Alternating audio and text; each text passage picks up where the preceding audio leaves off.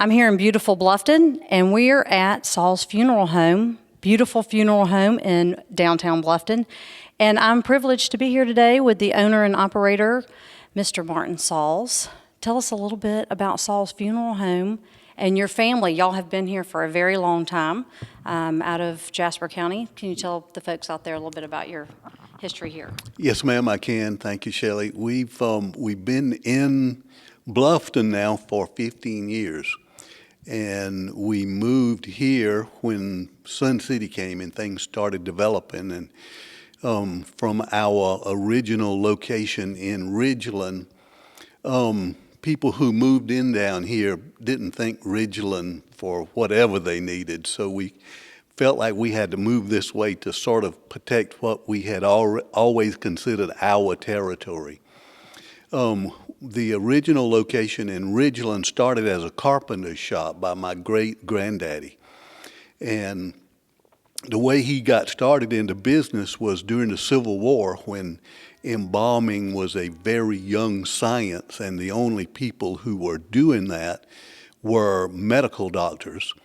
And they, when the war broke out, they put all of their equipment into these big Conestoga wagons and started following the Union Army around.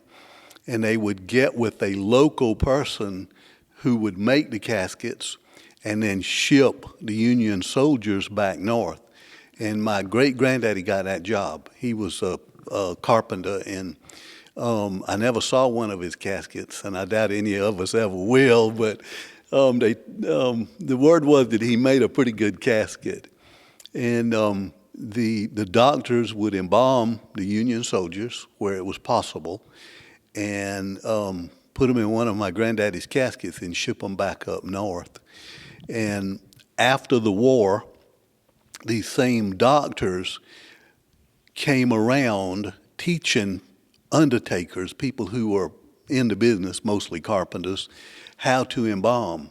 So my granddaddy learned from one of these doctors after the Civil War, and the rest of us just kind of got in line, and I guess we're just not any good for anything else.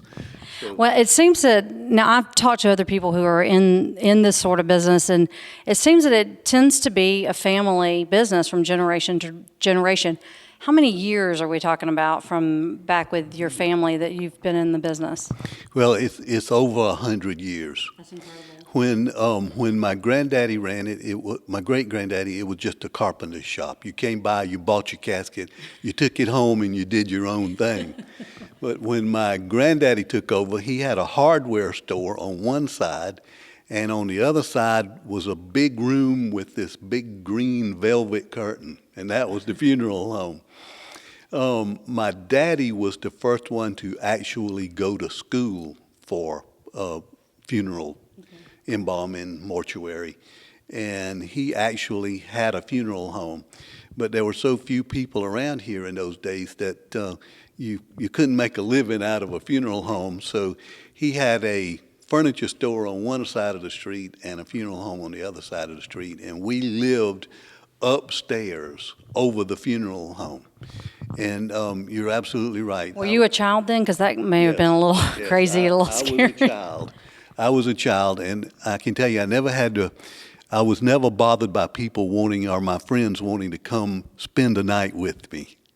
Nobody wanted to come to the funeral home, so. Well, I know you have great tales about all of that, and it's wonderful that you've moved the business here, because this is a beautiful building. I mean, it's amazing to me that this is pretty much the funeral parlor, as we would have called it a long time ago, and it's gorgeous. And is there any kind of thing that people, when in this business, that may have something in their head that might be some kind of myth or something you might want to dispel, or when they're looking at a funeral home, or when, because some people kind of maybe avoid it until it's absolutely necessary. What would be something that you want to tell folks about it? Well, I think over the years, people in the funeral business have been portrayed as, these really pale, drawn-looking individuals with their black suits on and their little string ties, and they never smile, and they have no personality. And But we're real people. Well, I'm sure, I mean, you've been a big value and a big asset to Jasper County, and I just want to say congratulations on your award at County Council this past week for your 40 years of service with Jasper County. Yeah, well, things have changed, but I would like to say that I still feel, even though with all the growth in the area, that there is still a good sense of community here, even with all the folks that move in here. They kind of buy into the low country life, and I think that's what gravitates them here and why they want to stay is because of who we are here. Yeah, I totally agree. Yeah, and it's a good thing for Southern roots and those of us that are true Southerners. And I just want to say I'm very fortunate to have you here today and to speak to you. Thank you. And you are a true Southern gentleman, true Southern businessman, and Thank you. always have the signature bow tie that we love. Thank you. And Thank you. wish you the best of luck and Thank you, ma'am. congratulations again on your award. Thank you. Thank you. Thank you. This is Shelley West. I'm with the Greater Bluffton Chamber representing businesses in the Greater Bluffton area, and it's back to you.